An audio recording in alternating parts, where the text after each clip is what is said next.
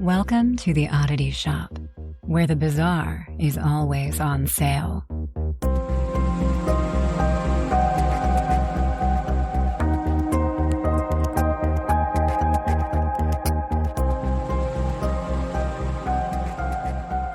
Welcome in, ya eyeballs. My name's Kara, and this is Zach. This is the Oddity Shop. Hello. We tell odd, creepy, weird, sometimes funny stories. We think we're funny sometimes.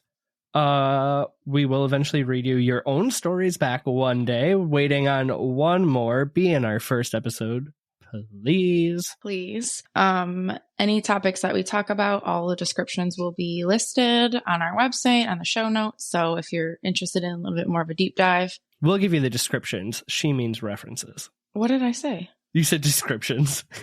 I think I said if you want more description. You said all of our descriptions will be in the show notes. Okay. I mean, there will be a description of the episode in the show notes. You're not incorrect, but I just was helping you get to where you were going. Very late in the day for us. It is later, but we'll get through it. What's new? What do you have for me? You're going to make fun of me, but always. Okay, you know I never have time for video games anymore. I got the new Zelda game, and it is eating up every inch of free time I have. Is this the one that you forgot to like pre-order or whatever? I went to 5 stores. Okay. Because you remember. I was so mean. By the 5th store, I was getting desperate. I know I told you this already. What? And it was Walmart. Well, I'm getting there, okay? I know, but it's like the 5th store plus it's a Walmart. Oh, yeah. I've been to Meijer. I've been to Target. I tried Best Buy. I'm out of options. Everyone's out of the game. I forgot to pre-order it, of course. I remembered at 8:30 at night. So I go into Walmart, and there's a family. It's a dad and 2 young kids going over to the Switch game aisle. And I'm like, I know they're looking for it. So instead of looking to even see if they had it, I just went up to the guy and was like, hey, I need a game out of the case. I'm looking for Zelda. And he's like, oh, you're in luck. It's the last one. Then the look these 2 kids gave me, I almost felt guilty. But how old do you think that they were? 14, 15. So not babies. They probably saved up all their money. And they could go to Target the next day when it restocks, or Walmart, or wherever it is. Sure, because it probably will restock right away the next day. It was. Everything online said you could pick it up the next day. You're a horrible human. I wanted it. Anyways, it's amazing. Great. I'm so happy. What about you? What's going on with you? Nothing really. But you know what? I was listening to Morbid, and they have a 5-part episode. I'll say 5-part episode. 5-part episodes on H.H. Holmes. And I didn't realize how little I know about him for being such a prolific. Is that the right word? Prolific serial killer. He's so well known and What are they doing? A section of the house each episode? No, I don't know. I only started 2, but it's all back history and stuff. But I guess I just didn't realize, and I was just surprised. That's really it. Nice. My deep dive into that. I haven't listened to them in a long time. I need to get back into it. That one's pretty good, actually. I mean, I've been liking it. I still got 3.5 more episodes to go through. See, instead of listening, I've just been playing Zelda and working on the plants. Okay, so I bought an elephant ear bulb because I didn't want to splurge on the entire elephant ear plant. So I'm going to try to grow one myself. And I do not have patience to go from seed to plant. Mm-mm. Not at all. When you told me this, I didn't have a response when you said you bought the bulb. I just ignored it. I ignored that part of the conversation because I was like, I'm not even getting into this with you. Yeah, let's be honest. In a few weeks, I'll probably just buy the plant. Give me the bulb then. Give me the baby. I'm going to try. You can't have the baby. All right. Do you have a question for me? I was going to say you kind of have a question, though. Oh. Okay. Although you're tired, and this one, it might be deep. Oh, God. Why do you always do this to me? Okay. So what was, your family's raising habits or style growing up? Was it super strict or really easygoing? Oh, that's a really good question. I guess I've never thought about what style. Maybe easygoing, I guess I would go with. Okay. So do you think the way that you're raised has a huge effect on you? I know it's nature versus nurture, right? It's the I hate the nature debate. Versus yes. Yes. Okay. I feel like if you have a really strict home it can either mold you to be like a strict, like scheduled person, like whatever, or it can make you rebel. And if you're too loosey-goosey, you could do the same things. You could just be rebelling all the time, or you could grow up to be like, I'm not going to be that way. Okay, 3-parter question. What do you think is more heavily weighted on like the effect it has on you? Is it like the nature side of it or the nurture? Lord. So the way you were born or the way you were raised? How long do you want to sit here? You could just say it's a mix. Yeah, I truly cannot answer that question because this has literally screwed me up in my brain on so many different times and occasions of thinking about it. So I guess it would be definitely a mixture. Okay. But also, I agree too. I do, but then I do think that sometimes it doesn't matter. It's like the chemicals in your brain and the way that you are. It doesn't matter if you had the best life, if you were nurtured great. And I don't know it. Yeah, I don't know. I think it's one of those things where it's just, there's so many factors that it's really hard to boil it down. Exactly. And unlike most experiments, like there is no really ethical way to like test. Right. So, with that, we're going to be talking today about the Stockdale Family Band and their tragic little story. What the fuck? Have you ever heard of them? Stockdale? Stockdale. It sounds vaguely familiar, but the family band, I'm like, what? I'm going to bet about halfway through the episode, you're going to know where yep, you've heard it before. So anyways, like I said, we're talking about the Stockdales, their family bluegrass band, and the tragedy that ensued after a brief time in the spotlight. But first, we're going to start with some family history. We're going to tell you a little bit about them. So in the late 1990s, the Stockdale family moves from a larger city to little rural Beach City, Ohio. The 90s. Right. This was 1999 when they moved there. So brink of the 2000s. In 2005, they started a small bluegrass band, the Stockdale Family Band. Really creative name. They found limited success, which was, like I said, helped by a short time in the spotlight. We'll come back to that. But they did travel across parts of the U.S., won several regional competitions, and we'll talk a little bit more about like the competitions and stuff too. So we're going to come back to that, but let's kind of talk about this vaguely sounds familiar. The family style. It's going to come to you. I purposely wrote it in a way where it wasn't going to be immediately obvious. So the Stockdales were a religious family, and the parents wanted to raise their kids to have a good work ethic, be religious, have high morals, and be upstanding citizens of their community. They definitely were on the more like conservative side, especially like the way they dressed, interacted with the community, kind of typical like early 2000s conservative religious family. Okay. So on the outside, they do look like, just your normal Midwest family, maybe a little more. I say the word conservative, right? Because it's in the way they dress, not like conservative versus, gun-toting conservatives, but more like, that's how I took dresses it. with sleeves and not a lot of skin showing. Okay. Okay. Yeah, that's how I took it, but yes. So there might be a little more to their story, though, than meets the eye. But first, let's break down all the family members. I was going to say, who's in this band? Who's in the band? Family band. We're going to start with Kathy. Kathy is the momager. She is the Chris of the group. Kris Kardashian, sorry. But Kathy... What is she now, though? Technically, she's Jenner, Kris Jenner. But did she marry Corey? It's like a conspiracy, so she might be Gamble. Oh, that'd be so weird. But anyway, so we got momager Catherine Barbara Stockdale. She is in charge of the household, takes on the role of raising the kids, manages the band. She helps sell their CDs. And she is really the one who dresses conservatively, right? So she wears like the blouses under the denim dresses, sleeves, not this dress goes all the way to the floor, like very rural Ohio. That's not the 90s, 2000s style I want. No. She is married to Tim Stockdale. He is the father, also in the band, spends a lot of time at work, really conservative himself with style, definitely the patriarch of the family and head shot caller. Then there are 4 boys. So we have Calvin. He was born in 1989. He's the oldest of the siblings. He plays guitar and takes on kind of a lot of his dad's qualities. So like he is almost like the leader of the kids, right? Oh my God. Then we have Charles. Charles is the second oldest. He was born 1992, plays the banjo. Little bit more outspoken than his brothers. Wait, what did the first one play? Guitar. This is guitar, banjo. Okay. Yep. But, a little more outspoken, but still kind of falls in with the family values. Jacob is born in 1993. He is the fiddler.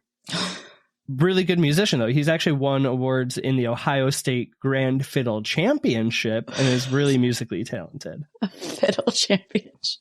Yes.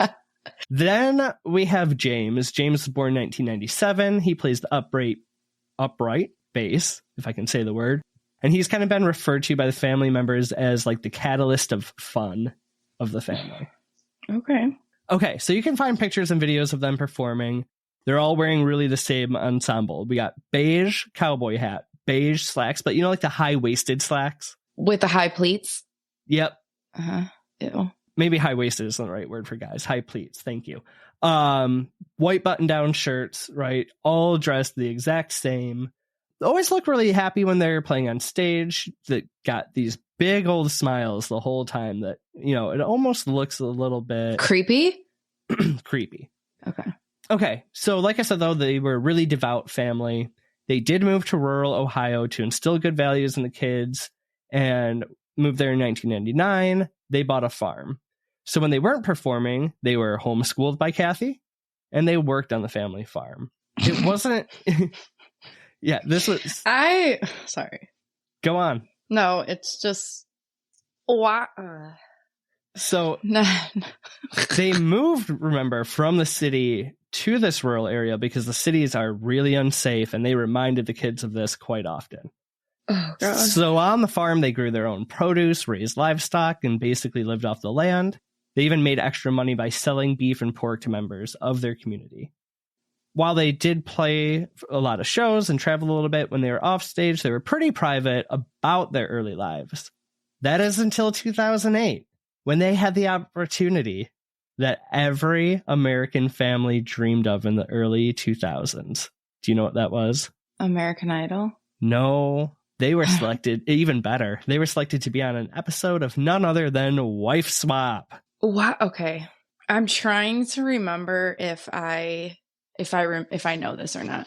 But okay, I'm so sorry. Did you say that the band started really in 2005? Is that what? Yes. And now this is 2008. 3 years later, 2008, they're on Wifeswap. Man, Wifeswap is that still around? So no, it is canceled. You can still watch it all on Hulu though. So I watched the episode to get into this, and I watched like 4 or 5 more. That was just such a wacko. I don't even know. Today though, you watch this and you're like, there is no way this would stand. No. Especially with like how divided, they always pick opposite style families, and we're so divided today that like people would just scream at each other and they wouldn't even be able to film the episode. I mean, they still screamed at each other in 2008. So let's be honest.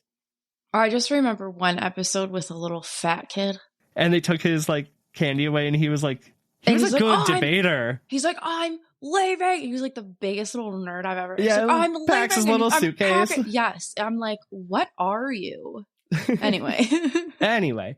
Okay, so I don't have to explain the show to you. You've obviously watched it, but in case anybody doesn't know, what the show would do is take 2 like extremely opposite families, take the wives, swap their roles for a week. The first couple days, they had to follow and live like the family they were living with.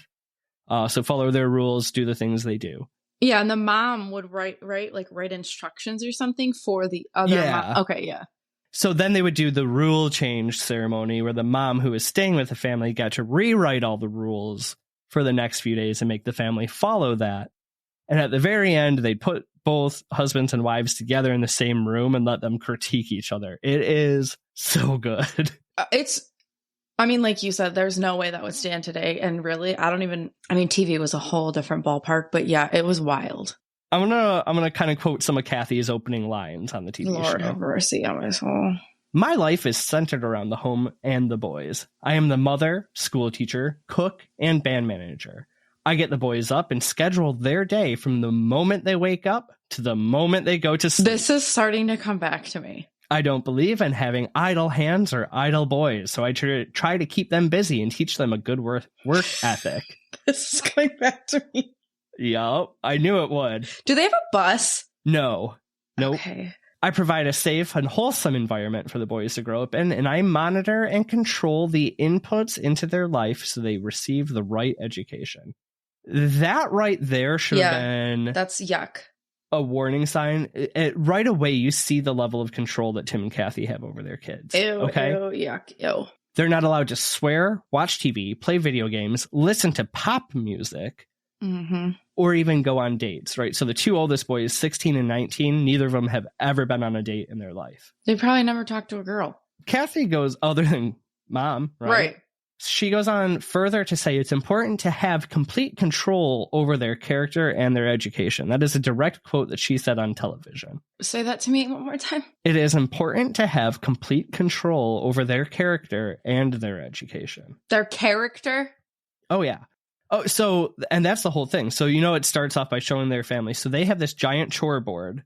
And literally, like they said, from the minute these kids get up to go to bed, everything is scheduled. And they're getting up at like the crack of dawn, right? Sunrise to sunset. So they get tokens for doing chores, but they don't get a token for just doing the chore. The character has to be there. I'm if they 19 don't have the years right old. attitude. I'm 19 years old getting tokens from mom. Right? If they don't have the right attitude when doing the chore, they don't get a token. So it's more than just what they're doing, it's how they're doing it. What are the tokens what does the token get me? Well, for example, 20 tokens, which means 20 chores that you've done. Is this supposed to be in one day? No, you can stock them up. Okay. They could be traded in, 20 of them, to listen to a radio show selected by Kathy. A radio show. Oh, yeah. No TV, remember?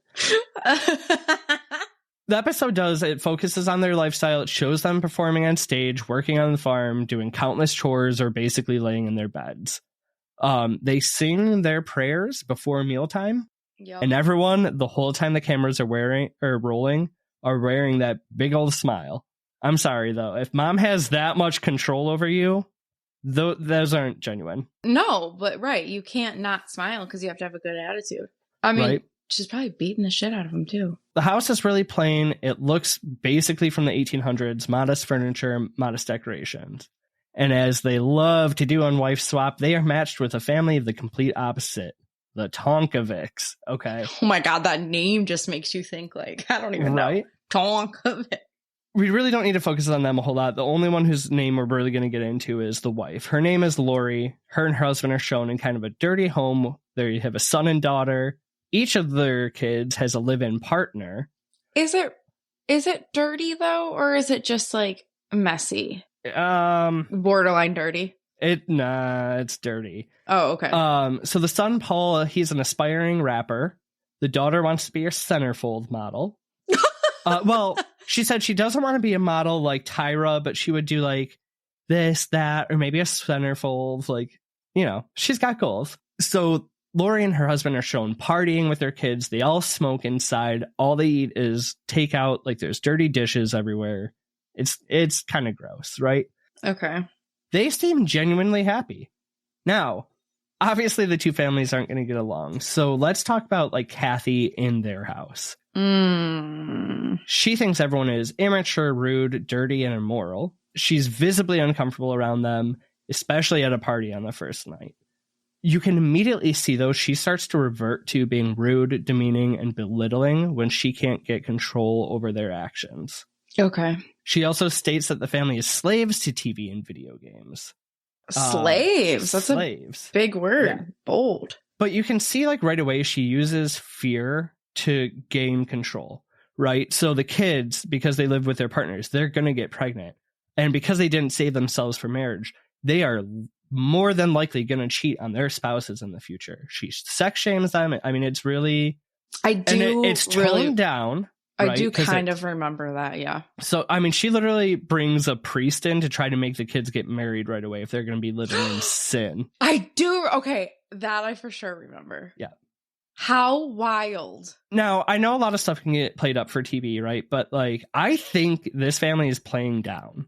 Because remember, they're really about controlling the image and they know what they can show and can't show. But if this is what she's showing on TV. Right. No, you're right. Okay. Yeah. Lori's experience was a little bit different in the Stockdale home. She also thinks the children are slaves, but they're slaves to their parent.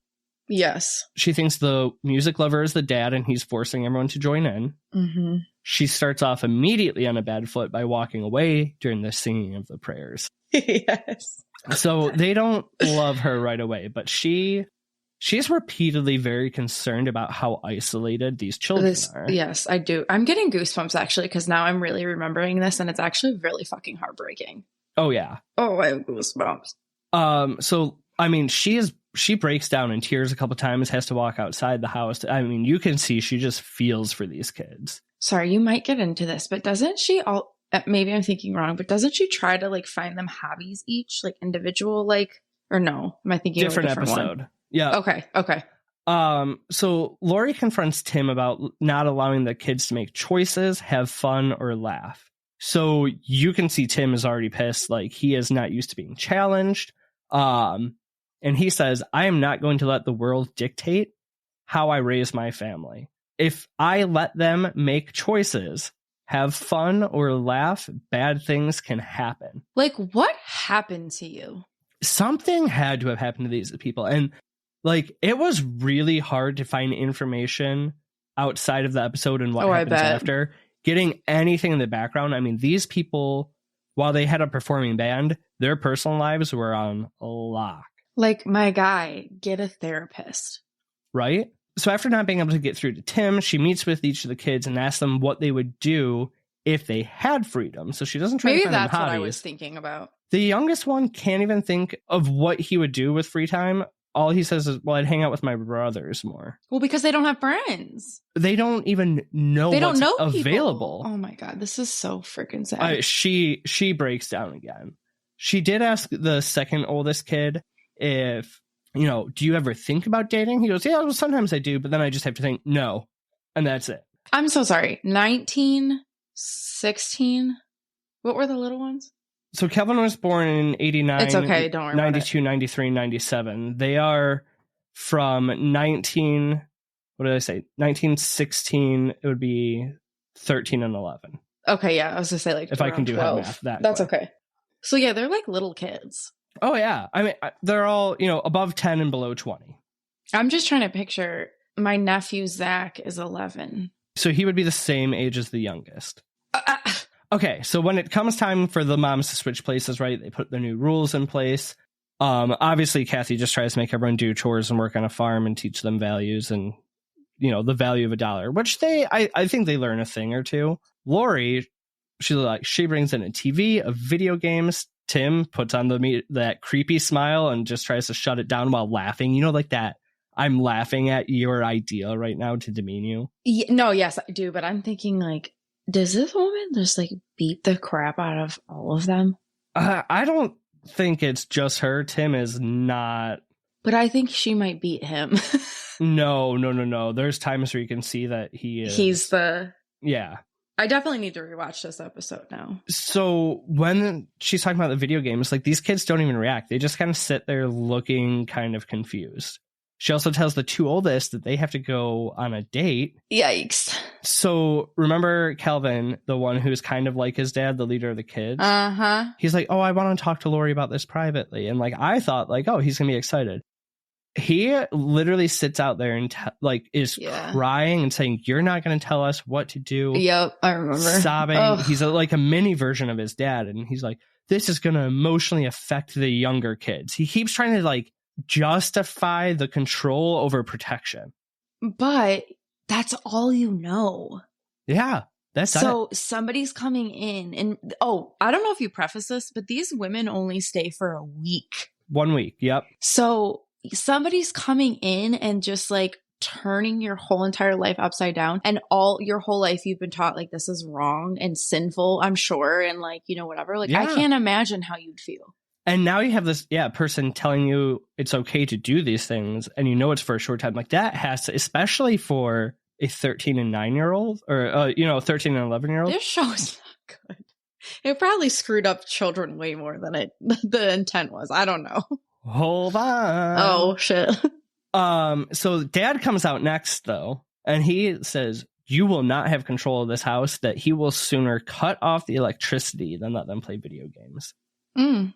They end up playing games, right? And Lori sits down with them while they're playing them. Did they and know how? It was only the two youngest one. It was like, it looked like an Atari or something. Like, it wasn't like, you know.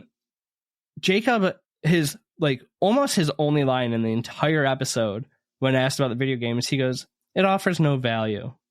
The youngest one, and one of his only lines in the show, is he just says, "It makes me feel guilty." Oh, these poor Now they look like they're having babies. fun while they're saying it, at least. But maybe in their head, though, they're thinking that the whole time, like, I'm just going to get reprimanded for this. The kids all on the other episode all had multiple lines each. Like, not a ton, right? But like Jacob and James, they really only had a few, one or two. Almost like they were coached not to. So the two older kids, they finally go out on the date, and Calvin he's kind of about it, but the what's the other one's name? I'm forgetting it now. Charles. Did you say Crystal? Chris. I was saying Christopher. I knew it was like a CH name. So, I mean, and he's kind of the more outspoken one. You can see he kind of enjoys it, but it's still just super awkward. I mean, it shows them trying to talk to these girls, and they just don't have any social skills. I don't know how old. Oh, well, actually, 80. I was the same age as that one, because you said 89 when this episode came out.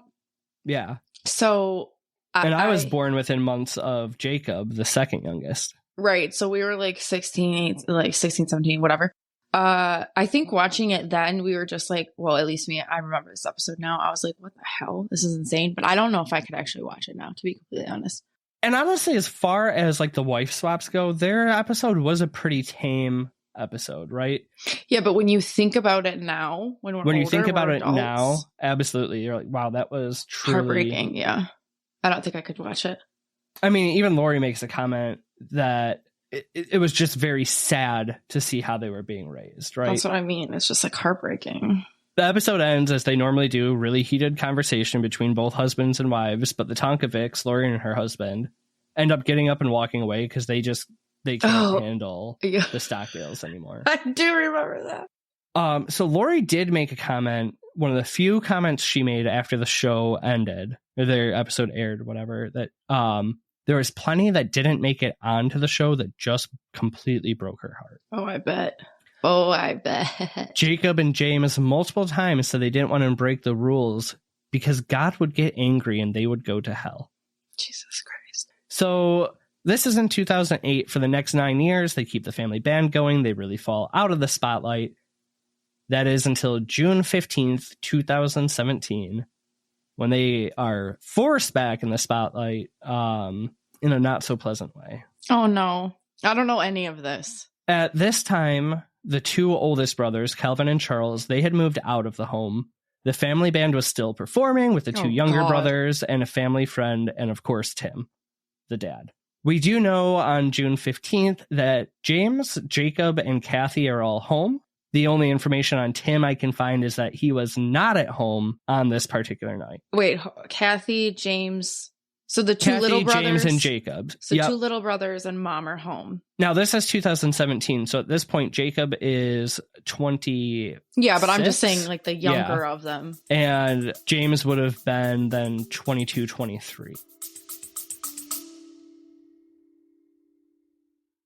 Do you feel the most powerful and beautiful with the elements of the earth around you? Do you like one-of-a-kind jewelry? Do you sometimes feel like a woodland fairy? Me too. That's why I created Holly and Hemlock, a magical shop filled with handmade wooden jewelry and metaphysical tools. Come check out our enchanting wooden wares at www.hollyhemlock.com and join us in honoring the magic and beauty of nature with each unique creation. That's www.hollyhemlock.com. That's fine. Okay, so they're 20, but they still lived at home? Yes. Okay, so they're young 20s living at home, mom's there. Okay. Yep. So 4:46 a.m., the Stark County Police receive a phone call that immediately hangs up. They trace the call and found that it is coming from the Stockdale's residence. So they send out 2 officers. So the officers start approaching the house, and what they can see is somebody standing in the living room. It was unclear if it's through a door or through a window. And they hear a single gunshot, and they can no longer see who is standing there. They immediately call for backup and continue towards the house. When they get inside, they see in the middle of the living room is Jacob. He is on the ground. He's bleeding profusely from a gunshot wound to the head. Oh my God. He's still alive, and emergency services are called. He tries multiple times to communicate with the officers, but they are unable to understand anything he was saying due to his injuries. The police move further into the home and find the bodies of Kathy Stockdale, aged 54, and James Stockdale, aged 21. So 21 is the youngest. Both of them in their beds with gunshot wounds. What time did you say this was at? This is almost 5 o'clock in the morning. 4:46 in the morning is when the call came through. So by the time the cops got there, it's probably a little bit after 5. It turns out that Jacob, the second youngest son, had completely snapped. On this evening, he shoots both his brother, his youngest brother, and his mother before turning a 20-gauge shotgun on himself and shoots himself in the head. I actually do remember this. Oh my God. Horribly tragic. However, the doctors are able to save Jacob's life. So he is allowed to heal before he was officially indicted and arrested in October of 2017. He immediately pleads guilty, of course, by reason of insanity. So while he pleads guilty, he never tells any of the police officers, any of the investigators, or anyone involved any intent or the reason why what he happened? ended the life of his mother and his youngest brother. So any determination of what happened is pure speculation, right? So while waiting for the murder trial, Jacob is kept in a mental hospital where he makes multiple attempts to escape.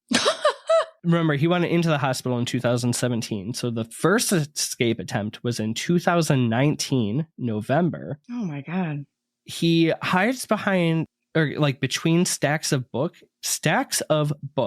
can't say it, in the hospital library. And the staff found him because they think he was trying to hide there until the library had kind of shut down and then he was going to escape. Okay. He gets a little more clever. So the second time a month later, he tries to blend in with a group of people who are on their way out the door, although he is a, inmate basically in a mental hospital, and they recognize him immediately and he's not able to escape.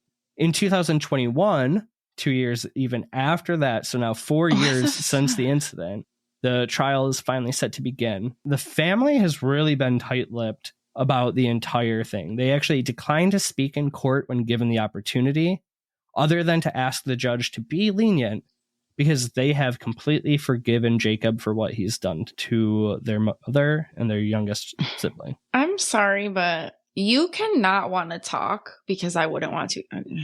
We're going to come back to the reason they're not talking, and that's going to be speculation. But so the only two comments I could find that were public comments, one was made by Tim, the other made by the oldest, Calvin. Of course. So Calvin says in a statement, James, our youngest brother, has always been the center of fun in our family. He leaves behind many friends and a family that loved him dearly. My brother, Jacob, is still in critical condition, and we are praying for his recovery as our family makes funeral plans and begins the healing process. So he made this comment. He doesn't say anything about his mom? Doesn't say a thing about his mom. He makes that comment back kind of near when everything happened. Right. The only thing I could find that Tim commented was, Kathy has been my beloved wife of 32 years and a wonderful mother to our 4 sons. Really? She loved nothing more than being a mother and a grandmother. One of the older boys apparently was allowed to date.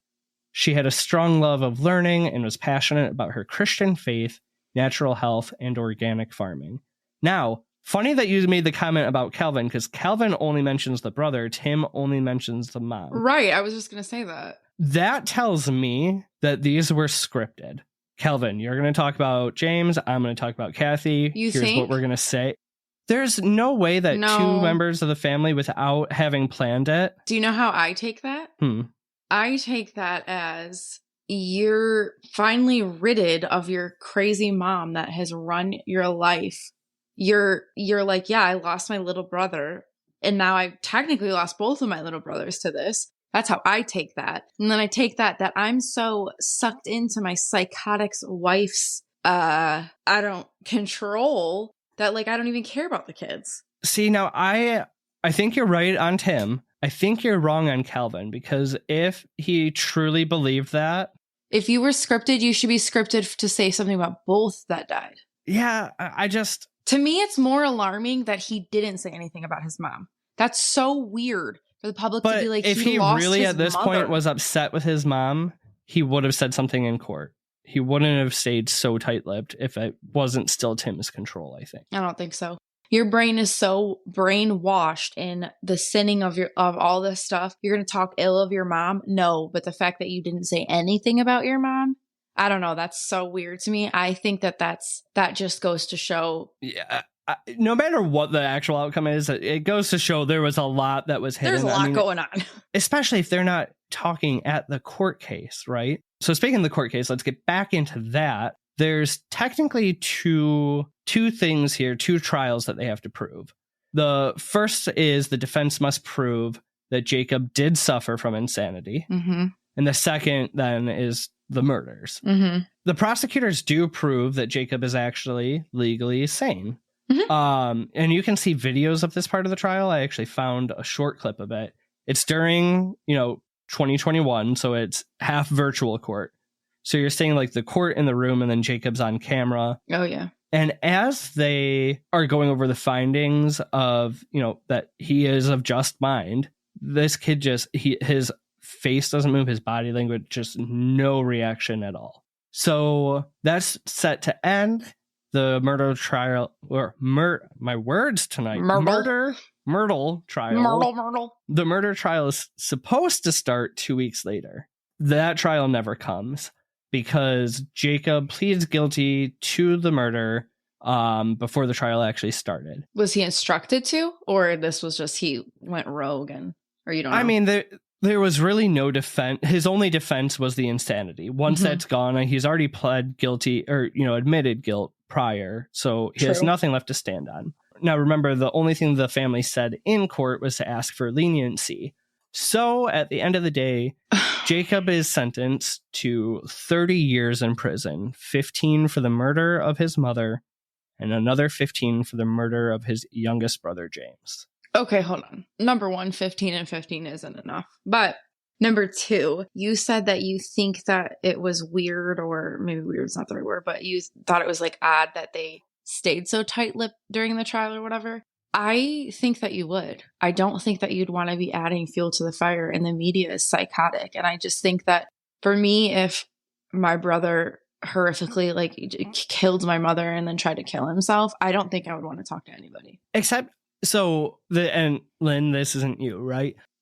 I mean, I do get if that. your mom was absolutely batshit crazy and your brother was about to go to jail for murdering somebody, right? I just still don't know if I would There's talk to the no way media. you could sit there and even to the judge and say, hey, my brother shouldn't be hung out to dry for this because my mom did this, and this. I guess maybe in that way, if you're thinking of it that way. By them never saying anything, they don't sway the court in one way or another that Jacob was either justified in what he did or he was a monster and did that to their family. They just don't say anything and let it play out. Yeah, I guess I was just thinking I would be mortified. I wouldn't want to say, but I get what you're saying. Especially Tim. Tim is such a control freak. How does he keep his mouth shut? Well, yeah. But yeah, I don't know. Anyway, after Jacob receives his sentence, the Stockdale family has since stayed not even relatively, just extremely quiet. They've never made any comments on the murder, on being on the show, and due to their reclusive lifestyles, any updates on the family or their healing is just non-existent. The only thing they said is they continue to mourn the loss of their younger brother and their family's matriarch as they attempt to move on from the tragedy. Okay, but remember our girl Lori. Yeah, what'd she have to say after all this shit? She talked to TMZ. Oh, I bet she unleashed. I could only find one comment, but it was damning. So Lori says, when I switched the rules and I was going to let them have fun, let them have a television and video games and experience life at least just a little bit, Jacob ran outside crying. I went after him and I asked him what was wrong, and he said that his mom and dad would tell him he would burn in hell if he ever broke any of their rules. Lori goes on to say that God gives you free will that these children did not have. They weren't allowed to make choices, and I think it just caught up to him. Well, yeah, obviously. Yeah. I mean, so... It's really, I mean, like, it shouldn't matter, but I really want to know what happened that day. Right. Like, what finally... But why did he kill his brother? So, I have a couple thoughts on it, right? Because they were sleeping. Because you said they were found in their bed? Yeah. So, he kills his mother, he kills his brother, and then he turns the gun on himself. This is where I think that Kathy was not the one in charge, and that Jacob was doing this as a last-ditch effort to protect them from Tim. Totally speculation. I have nothing to back that up, but that is about the only thing I could think of, is that is your only escape. No, I don't think you're correct in the Tim part. I think they're equally psychotic, and I bet you she's more psychotic, but I bet you his thought was, if I'm going to do this and then kill myself, I don't want to leave my little brother. Like, I can still relieve him. Yeah, like, so the same thing, but I don't know if it necessarily is. It's just he didn't want to leave him with dad. Yeah. Only maybe. dad. I want to know why, like, the two other brothers and the dad have never said anything. They were just so quick to forgive Jacob. I don't think they were. I think that's something that you just say to media outlets. But that's the only thing they said in court to try to get him a lesser sentence. Well, maybe they didn't do it for a lesser sentence. They're just saying that. That's truly their brainwashed brain, is that you forgive all family. And really, like, the sad thing is on TV, we only see what they and the producers wanted us to see. You have to know there's so much more going on behind doors, both before and after the show. And based on the family, we'll never know what truly happened on that night. Oh, they were beat. There's no way that they weren't. I mean, there's at least severe mental harm. The physical is harder, right? Because they were performing. They were on stage. They were in front of people. So you'd think... No, that's why they're wearing complete long sleeves, all long pants. Like, they never steered away. Well, the kids were wearing shorts and stuff. I will say that. Like, shorts and short sleeves. But you think the courts would have found some evidence on that, on Jacob, or even on the body of, like, the medical examiner. I mean, maybe once they got older, though. Like, I don't know. Maybe it's not as, but I just... Yeah, that's a wild one. I do remember that episode. I do feel like I do remember the whole, like, them finding him. How horrible, though, is it that he survived? I couldn't even imagine living with myself after something like that. And I mean, he might feel relieved too. Yeah. And that's the thing, is we'll never know how any of them actually feel. Maybe we'll get like a deathbed confession from him one day. Right? I bet, though, he doesn't feel guilty, only because I think he probably thought he was doing his little brother a justice. I think that... Right. And that's the thing. So they always refer to the youngest brother as the catalyst of fun, right? Yeah. So, like, that, to me, that, like, screams innocence, and maybe he got the brunt of whatever. And once again, for everyone listening, we are speculating a whole lot. We have no idea, but there's obviously something that happened. Now, you said in the actual episode, though, it did say that about him being the most fun, right? Yeah. Okay. I was thinking if they didn't say that maybe they were just saying. No, maybe that was in the comment afterwards. Only. Okay, so maybe that's just something that they're saying just to... Right. I don't know. I know we'll sit here and come up with our own theories all night, but that is the tragic story of the Stockdale Family Bluegrass Band. Okay, so obviously you're thinking this is because of nurture. Oh, 100%. I think, at least in this case, what pushed him was nurture. But, however, 3 other kids who didn't murder anybody. That's where the debate gets. So he could have just had that little bit of a chemical... not imbalance maybe isn't the right word. That sounds... No, I think... Is it chemical? I don't mean that he's like... If I'm still up on my PC-ness, chemical imbalance is an appropriate way to say things. No, I'm not saying that's not inappropriate. I don't know if that's what I mean in this case. Like... Gotcha. I don't know. Like, he's the one that had, like, the most imbalanced, whatever you want to call it, to be the one that was pushed. Like, they were all treated the same, but he was the one. Now, why were they still living at home? Yeah. Oh, 21, I guess. Yeah. No. 26, I really don't think. So the other ones, I think the 2 oldest ones had gone to college. Wait, so you said she was a grandma. So was one of the older ones married? They must have, but like that comment about the grandma, Because I think they would have been find like shunned if they had a baby outside of wedlock.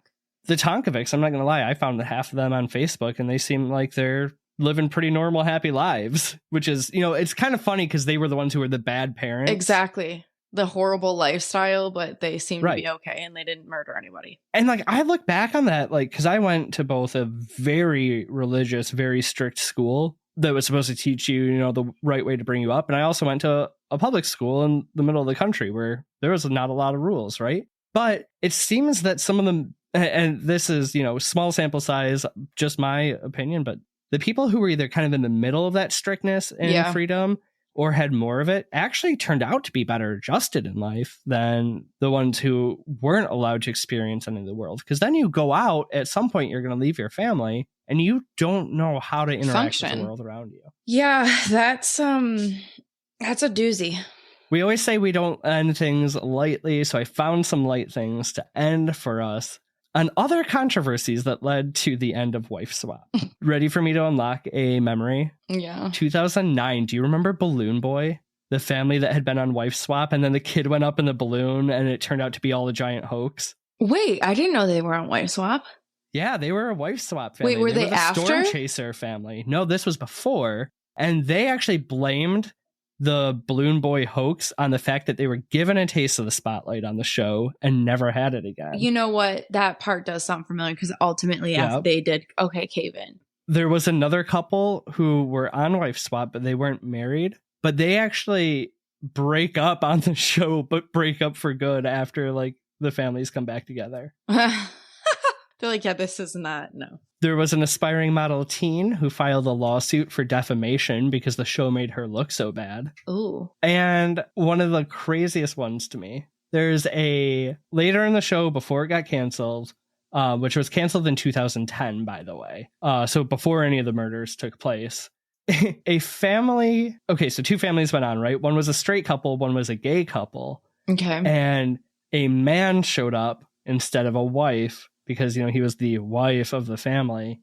Oh, I do remember this, yeah. This family was like, this is our worst nightmare. They tried to pull out of the show and the show threatened to sue them. Mm-hmm. So they countersued for $10 million fucking dollars because of the emotional stress and mental harm that living with a gay person caused them for 1 week.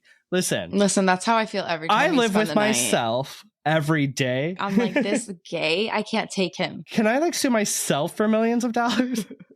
Okay, how about this? Can I sue you? And no. And then what are you going to say? We split it? Then we split my money? Yeah, I know where you were going. The logic is very flawed. Hey, can you just give me half? Well, because when I thought about it, I was like thinking I was suing, and then I was like, wait, no, but I would have to sue you. Oh my God. Come on. We'll have to find it where it's like one of those things where people sue each other, but then they sue some sort of corporation instead because they know they're getting more money. It's like yeah, what? God, I'm trying to think of an example of that now. Yeah, but I'm just what corporation can we sue? I don't know. We'll have to think about which one made me gay. I was just gonna say what nurture versus nature. I was literally about to say what made you gayer? What makes you gayest? Alcohol. Oh my God. Can we sue Tito's? Yes, we can sue Tito's for the limp wrist that it gives me. Oh my God. Just kidding. We love you, Tito's. We do love you, Tito's. But yeah, that's it. The show, actually, they've never commented on the Stockdales again. This was on TLC, correct? I think so. Hold on. I think it was TLC. They had all the ragers. This was on ABC. Oh, because remember, ABC? TLC was the learning channel in early 2000s, and ABC kind of had the drama stuff until TLC really took it over. Did they ever go to TLC? Maybe like Trading Spouses on TLC? Oh, yeah, Trading Spaces was, and then I think Trading Spouses was. Yeah, you're right. But yeah, so that's what I got for you this week. I gotta go because I don't even know. I gotta go. Fair. You wanna say the thing? Hold on, real quick before you say the thing. We love you guys. We love from you guys. Shoot us a review. Share us with a friend. We love love. We love love. We love love. Wasn't that Courtney? I just love love. How many times can we mention the Kardashians this episode? Yeah, it might have been her. Ugh. Okay. Now you can say the thing. Wow. Okay. So yeah, we love love. We love you. We love each other. And most importantly, creep it really oddballs. Goodbye. Bye.